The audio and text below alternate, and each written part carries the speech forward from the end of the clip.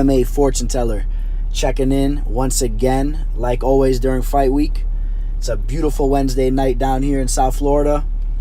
As we speak, I'm in the studio at the house, just about 25 minutes away from the BB&T Center where my Florida Panthers play. So, just a perfect scenario, perfect situation to make some big money.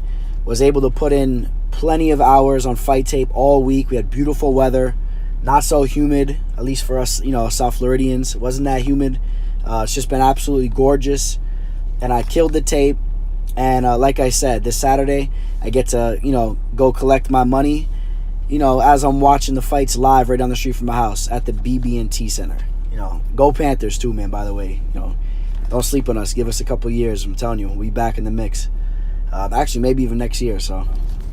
But nevertheless, before we start breaking down UFC Fight Night 150, let's take a look back at last week's card, UFC Fight Night 149. Took place in Russia. I think it was a hell of a card. Some great finishes. Sergey had a beautiful knockout on Marcelo Gome, right back to his winning ways. Keep an eye on that guy. Let's see, Krzysztof Jacre, man, finally got back in the win column after 3 losses. Once a very promising fighter, which leads me to my 4 plays that I did, which was, one of them was Jacre straight up. Took that fight day. For those of you guys that follow my Cap Protect, you've seen that it was one of my third-party tracked plays. Fight day, I was just looking into that fight a little bit more, and I was like, this guy Allen looks tough, has some knockout power, but I really didn't like his form that much. And I thought Jacre had a great chance to exploit his ground game, and that's exactly what he did. So that was a nice little hit. We had, besides that, I went pretty big on Alistair Overeem. Parlayed him with Islam, co-main event, and the main event, and then took Overeem straight up as well.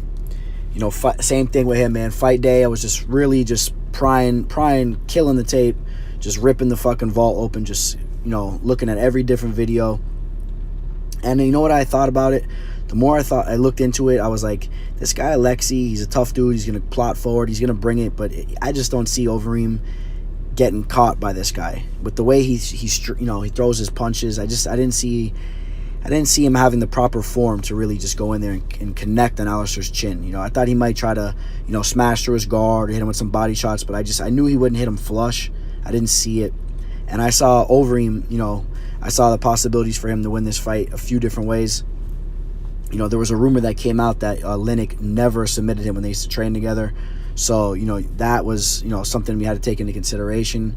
So maybe, not fear the submission as much. And then, I figured it probably would, for the most part, take place in the feet. And I thought Overeem had a great chance to get a finish in that fight. And that's what ended up happening. Just his knees are ridiculous. His knees are just, straight up the gut, perfect form. They're not the quickest, but they're just a complete bulldozer. And, Lineker couldn't take so many of those knees, He tried to say, in his post-fight speech, he tried to say, hey, I did pretty good for being on short rest. Let me tell you something, Lineker.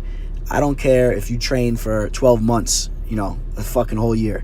It doesn't matter, because when Overeem's throwing those knees straight up the center, your body ain't going to be able to take it, especially at your age. So, that was great. Capitalizing the Overeem play, capitalizing the parlay with him and Islam. Islam's fight against that guy Arman, that newcomer, the Armenian, was a hell of a fight. I definitely feared this guy Arman. I was watching the tape on him. As you guys can, you can run the tape back from last week. I said this guy is definitely a formidable opponent. I knew he was up to the task. I know it was his first UFC fight, but that guy is a straight up veteran already, man. 22 years old. One fight in the UFC. That guy is a UFC vet. The way he carries himself. But either way, though, even him on his best day, I really felt it wouldn't have been enough to beat Islam. Islam is he's creeping up to the peak of the game, to the peak of the lightweight division. And I thought, like I said, if Arman came, fully prepared, came with his best A game at his age and his experience level, it wasn't enough for Islam. Islam's training with Khabib. It's a different level. But that guy Arman, give him some years, and don't be surprised if he catches up. But like I said, so I see Islam, he's in the low 300s, minus 300s favorite. When I saw that, had to capitalize on it, had to take a risk, put a little parlay together. It was definitely worth it. So that capitalized. So that was good as well. Like I said, overall, it was a profitable weekend. The only slip-up was the Roxanne Modafferi fight against Antonina Shevchenko. Hey, I called it, and I bit the bait because I called it last week. I said Roxanne can definitely spoil the party, and she spoiled my party. So run the tape back. It's funny. You'll hear me, fucking predict exactly what's going to happen, but then go out and just bite the fucking rubber worm. So I thought Antonina would be able to keep it standing, hopefully, and just piece her apart, which she definitely proved. She's on a different level when it comes to the striking. But, Roxanne sealed those rounds off with takedowns, so props to her, man. The happy warrior. She's a good chick anyway, so props to her. So, yeah. But like I said, another profitable weekend. Now we're going to move on to the next weekend, UFC Fight Night 150. We're going to make some money, guys. We're definitely going to make some money on this card. So let's get right into the first fight of the night. We got Court the Crusher McGee taking on Dhiego Lima. Court McGee, this guy is an Ultimate Fighter winner back in the day. He has great cardio. He'll push the pace all day. He's going to be right in your face. This is not the type of fighter you're going to have your money on that's going to fade on you. He's not going to gas out and cost you the fight in that sense. His problem is he's not the most athletic, not the most skilled type of fighter. He's a hard-nosed, blue-collar type of fighter. But he's good. He's good at what he does. When he implements his plan and when he fights, especially when he fights a certain guy with a certain type of style, he can really exploit them. I think Lima might be that style. So, Lima, they say you're only as good as your last fight. Well, Lima's coming off a knockout win over Chad Lepre. But before that, he really hasn't proven anything to me. Really, he hasn't been able to beat, C-level type fighters. So his brother's a hell of a fighter over in Bellator. So I've seen his brother fight live a couple times. He's a hell of a fighter. But, he's not his brother. He's not his brother. So, and I believe he's the older brother as well. But kind of like me and my brother. I think the younger brothers tend to get all the skills and become a little bit more tough. And, growing up as the young guy getting picked on, you got to fight. You get started at a young age. So, but Dhiego Lima, I don't see him winning this fight. I think Court's going to grind him. I think it's going to go to decision, like Court usually does. And yeah, if you're going to take this play, the odds are kind of high on Court for my confidence level on this fight. So it might not be a bad idea to take Court to win by decision. That's something you want to look into. But if you want to play it more safe, just take Court McGee to win the fight. I think he'll pull it off. But we'll keep it moving. Jumping right into the next fight, we got Angela Hill taking on Jodie Esquibel. Angela Hill's taking this fight on short notice. She dropped the ball in her last fight against Randa Marcos. She got armbarred. All she had to do was keep that fight on the feet, and she would have won it. But it's typical of her. It's kind of she loses like that sometimes. She gets grappled up, But most of her losses are by really good fighters. If you look at the girls that beat her, they're all notable names. So no shame in that. But I think this fight's going to take place in the feet, so Angela Hill will have a pretty good advantage in this fight, based mostly on the fact that Jodie is just a horrible fighter. She lost 4 of her last 5 fights. The only win out of those 5 was a split decision. This is a girl you can never trust. I don't care what the odds are. I think Angela Hill at this point is a minus 500. They opened it up at like the minus 200s or whatnot, and it just completely jumped. But so obviously, people that know what's going on, of course, like always, the line's going to get exploited. So at this point, I don't know if I would touch it at minus 500. It's kind of hard to bet on a girl like Hill and herself at those types of odds. But if you were able to get this early, it's good money. And if you want to slip it in a parlay, I think Angela Hill definitely wins this fight. So, all right. This next fight I'm very much looking forward to. We got Jim Miller taking on Jason Gonzalez. Jim Miller is just a straight veteran of the game, a gladiator. He's coming off a tough loss. But before that, he looked actually very good against Alex White. Exploited him on the feet, got the submission, showed his ground skills. He's a black belt in jiu-jitsu, great grappler. So he looked very good in that fight.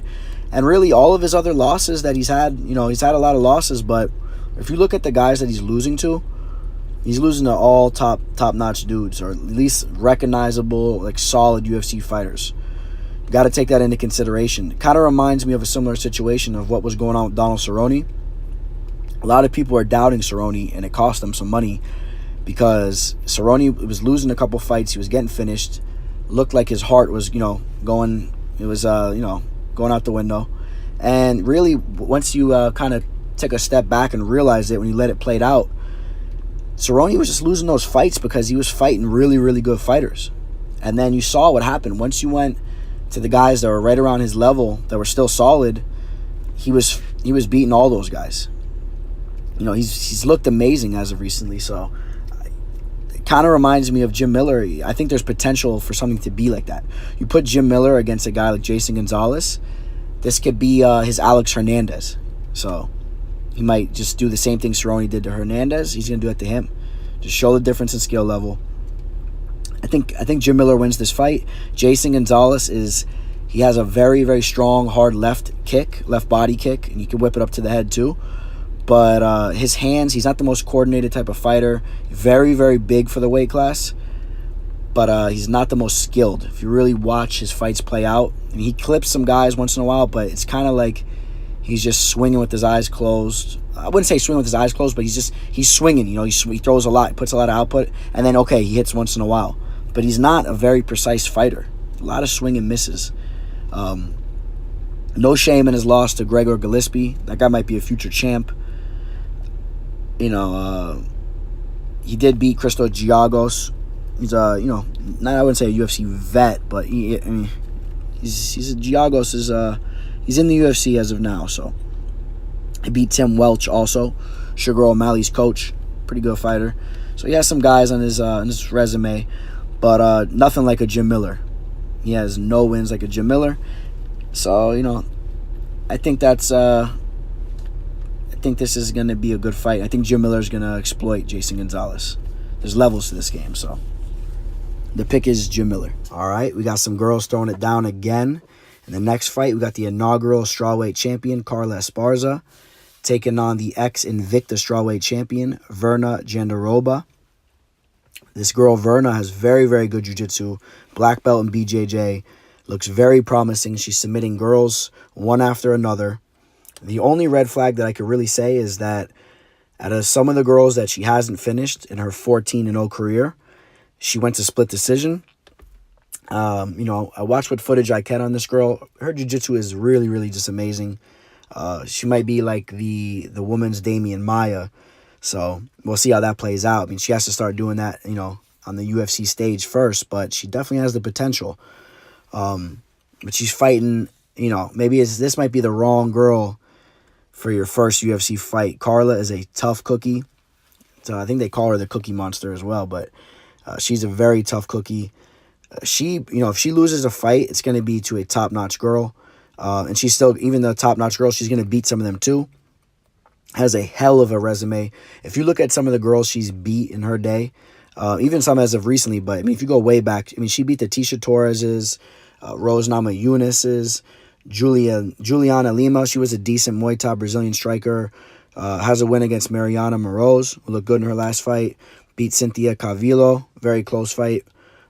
She's beat girls. And if you look at the girls she's lost to, Joanna Jędrzejczyk, Claudia Gadelha, which she almost beat Claudia. That was a crazy fight. And then she's coming off a tough loss in Tatiana Suarez, which no shame in that. That girl is definitely going to hold gold in the UFC. Mark my words, that girl is a complete stud. So no shame in that. No girls are wrestling like Tatiana. No girls are wrestling like her. So, but Esparza is a stud in herself. So this is a tough fight to call. Do you take the newcomer who's looked absolutely amazing, or you take the tough, the tough nail like Carla Esparza? I've been back and forth in this fight, but I think I'm going to roll the dice on this new girl, man. This new girl, Virna, I think she might get a sub, and she holds her own in the feet as well. And I think this fight's going to hit the ground. I think that she'll control this fight with her grappling. Maybe she even gets a finish. But I would not be surprised at all if Carla steps up to the plate and just shows this girl, what's up. Shows her whose cage it really is. That's Carla's second home, so she's had quite a few fights in this octagon now. So, but the pick is Virna. Wouldn't touch this. Wouldn't make a bet on this fight, so wouldn't touch that. But let's take a look at the next fight. We got the Pitbull, Andrei Arlovski, ex-UFC heavyweight champion, been around forever, taking on Augusto Sakai, the Brazilian, Tough dude. Watched a lot of film on that guy.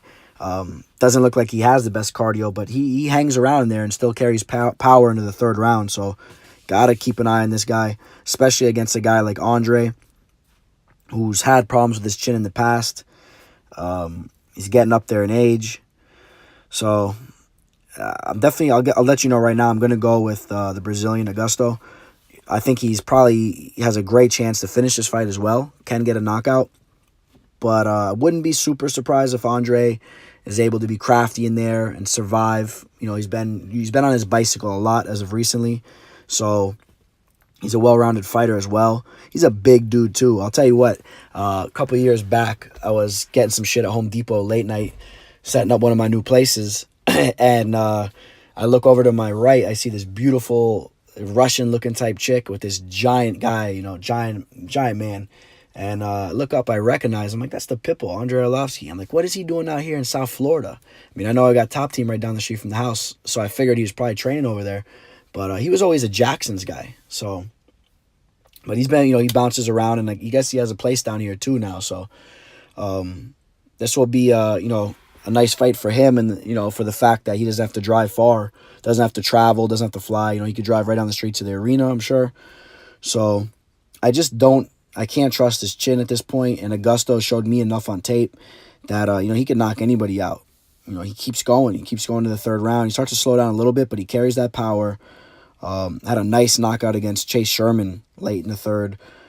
I'm going to go with Augusto to win this fight. I think he's going to get a knockout. I do. I think he's going to get a knockout in this fight. We got a similar narrative in this next fight. Takashi Sato fighting Killer B, Ben Saunders. You know, Sato he's like the Augusto Sakai.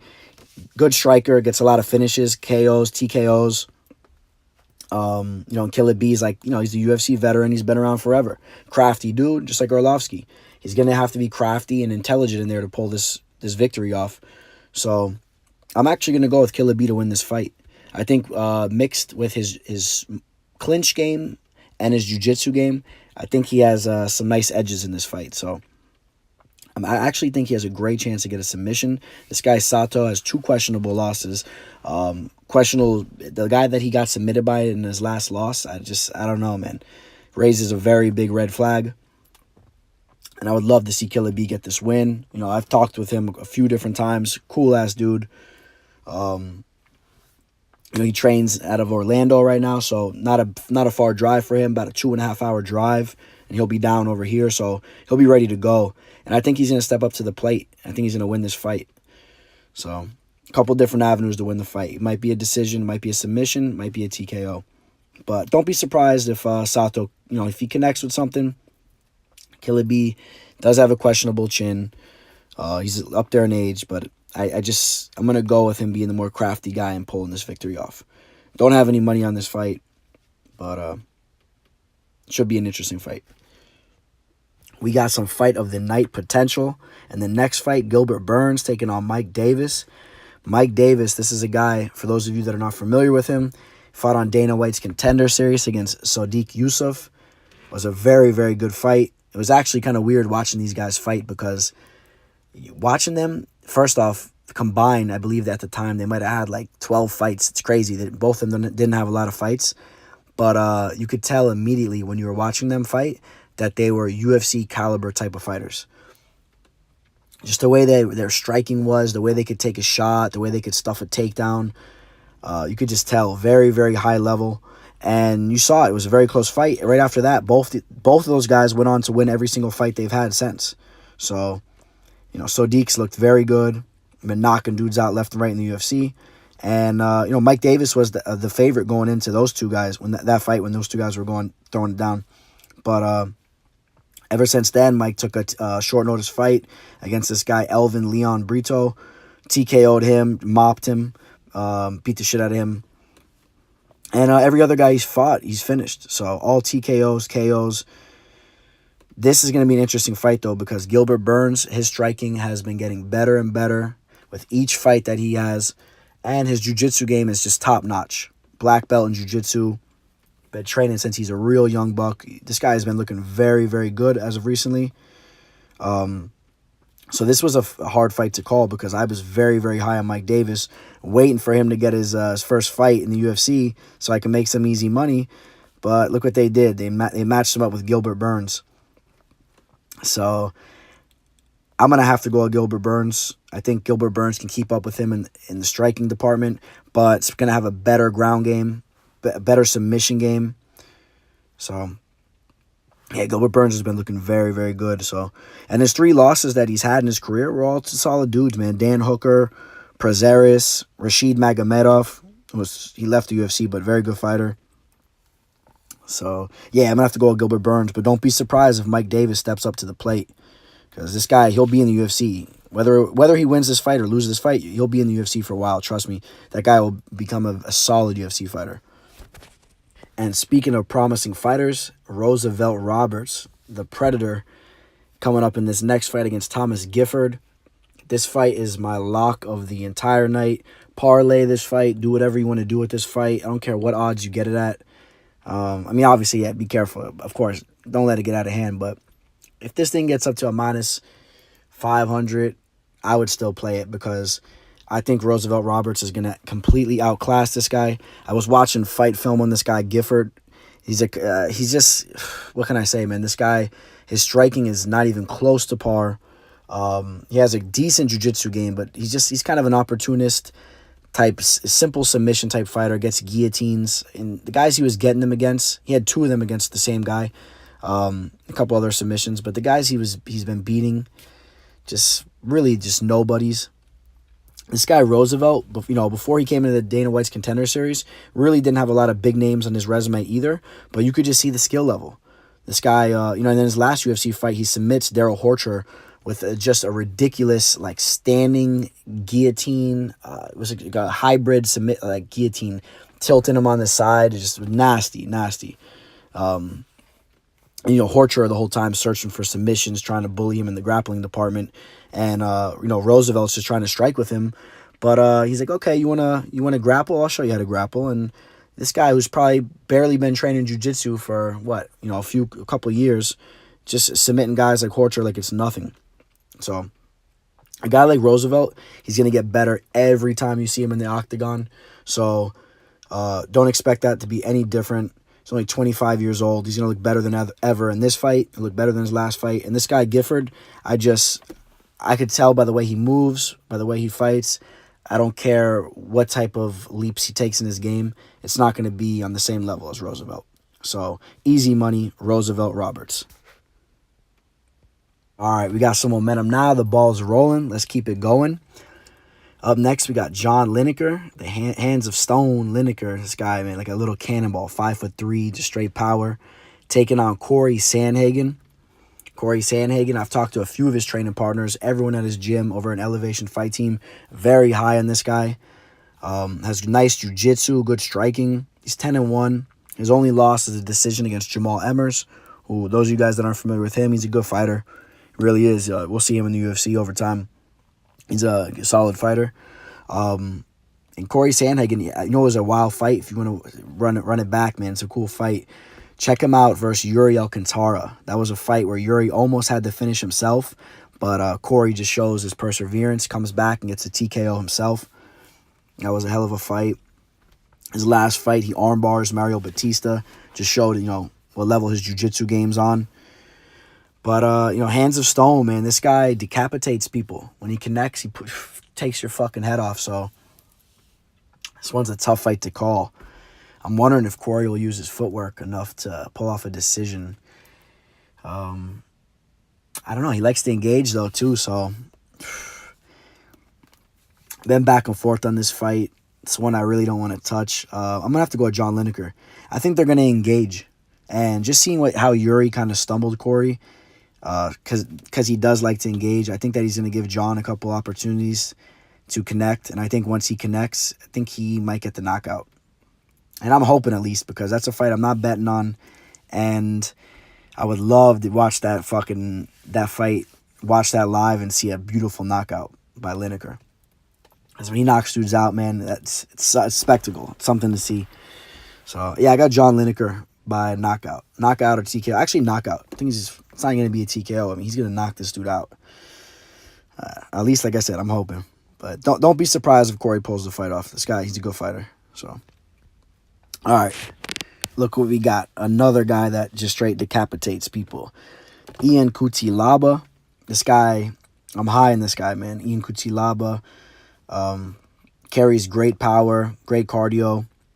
And he's fighting the old line, Glover Teixeira. Glover Teixeira, about to be 40 years old. Fought for the belt before. Fought against John Jones. He's beat the who's who.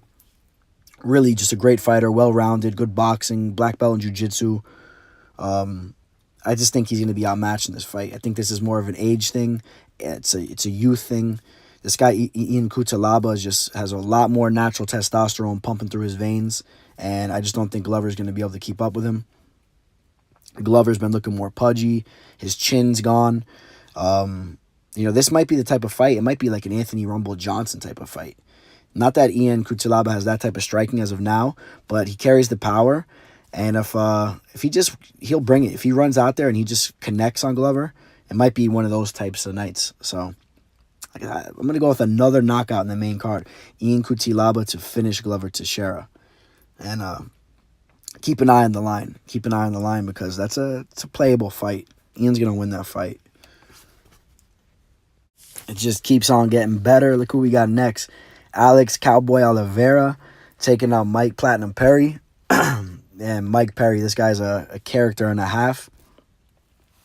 Actually, last time he fought in Florida, over in Orlando, I was sitting with all his boys, having a ball, man. But he ended up losing that fight.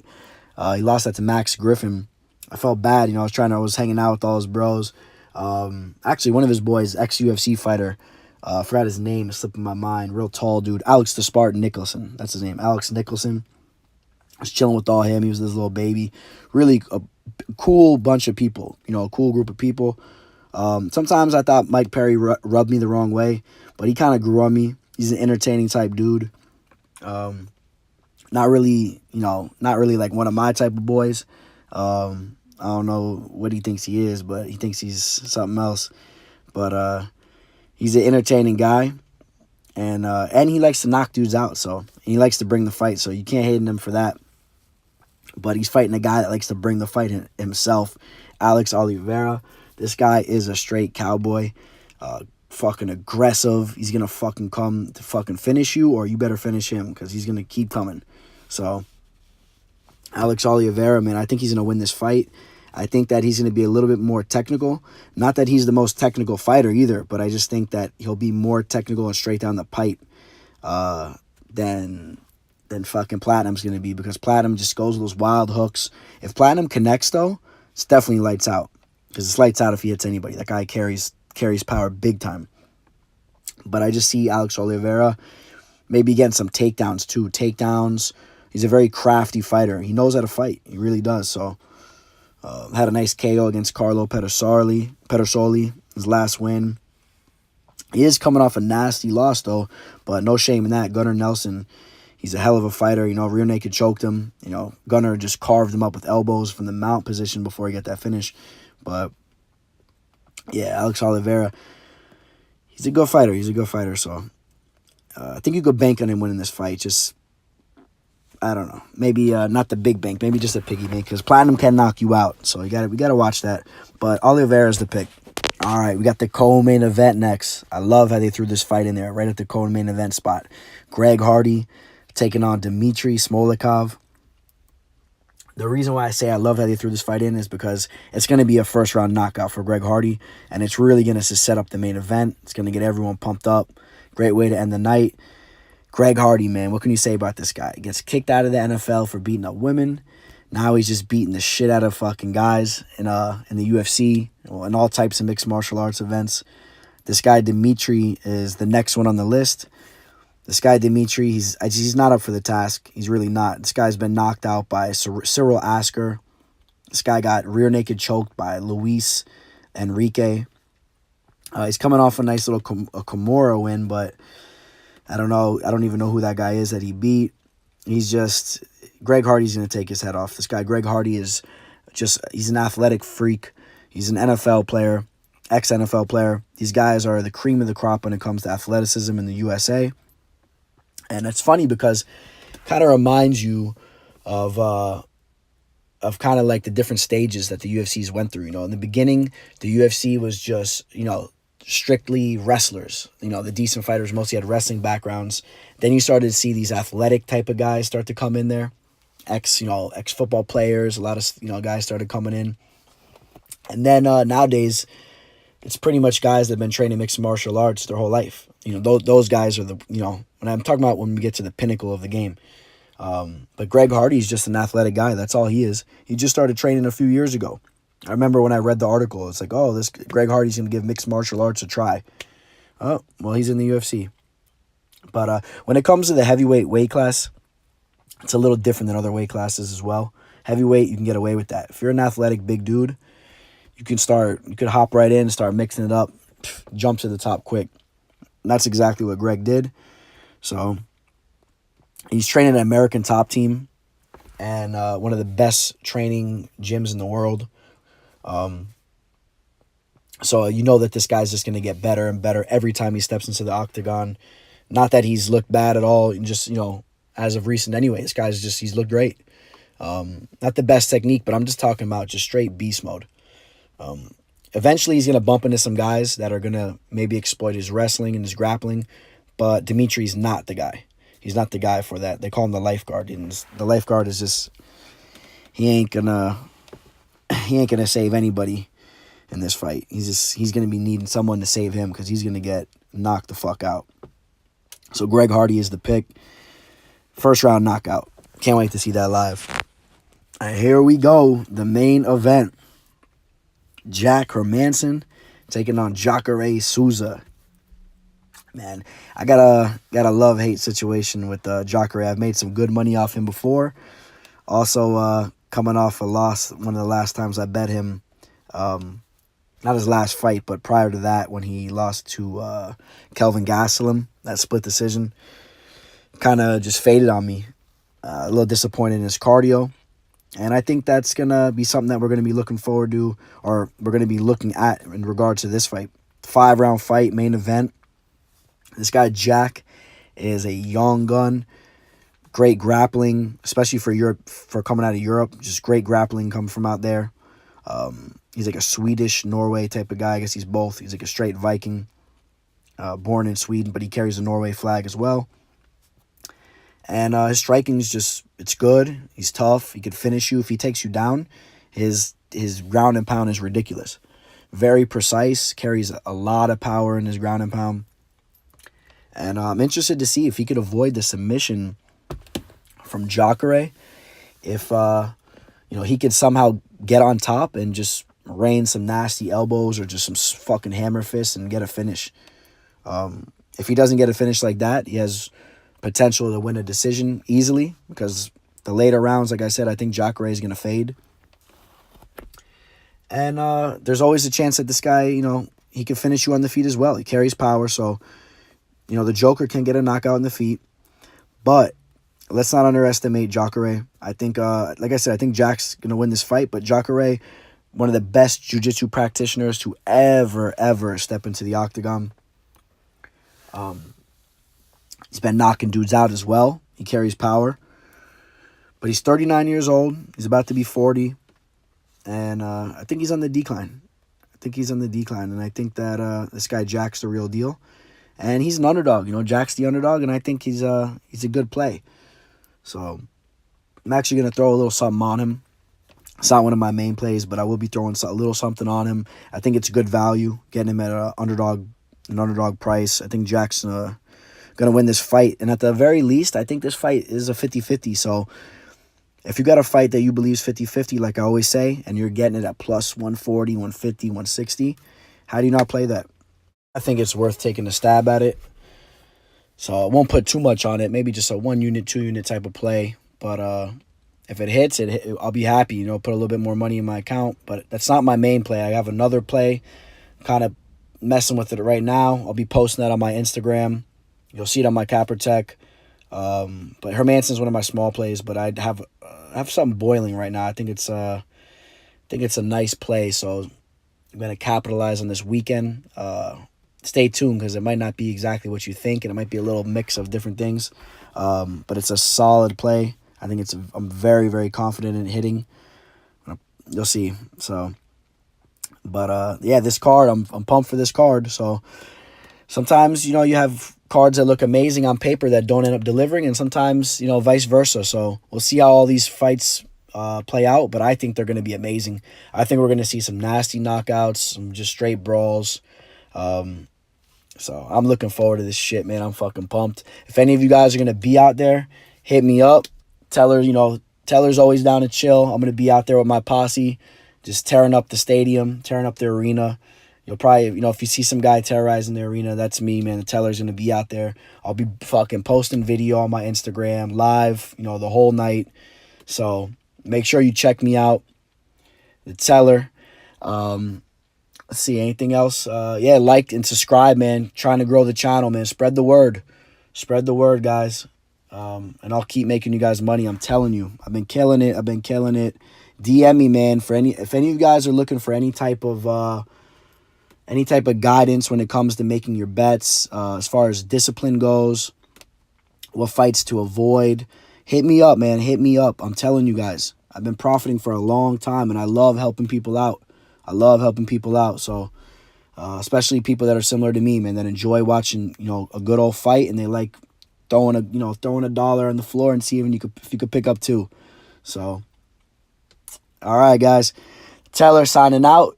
You guys take care. Enjoy the fights.